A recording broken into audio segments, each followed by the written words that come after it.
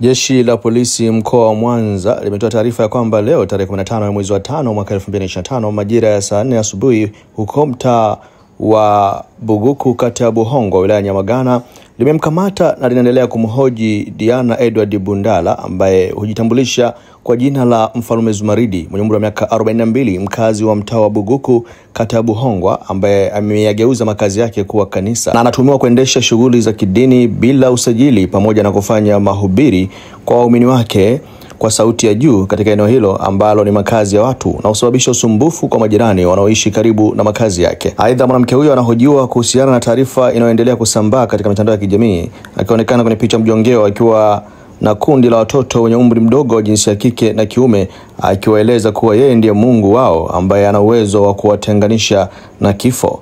Uchunguzi kuhusiana na tukio hilo unaendelea na jeshi la polisi katika uchunguzi huo litashirikiana na taasisi nyingine za serikali. Hivyo linaomba wananchi wenye taarifa mbalimbali zinazoweza kusaidia uchunguzi wa tuhuma hizi wafikishe kwa jeshi la polisi. Uchunguzi utakapokamilika, hatua za kisheria zinazostahili zitachukuliwa. Imetolewa na kamanda wa polisi mkoa wa Mwanza leo. Mimi ni Bakari Chijumba.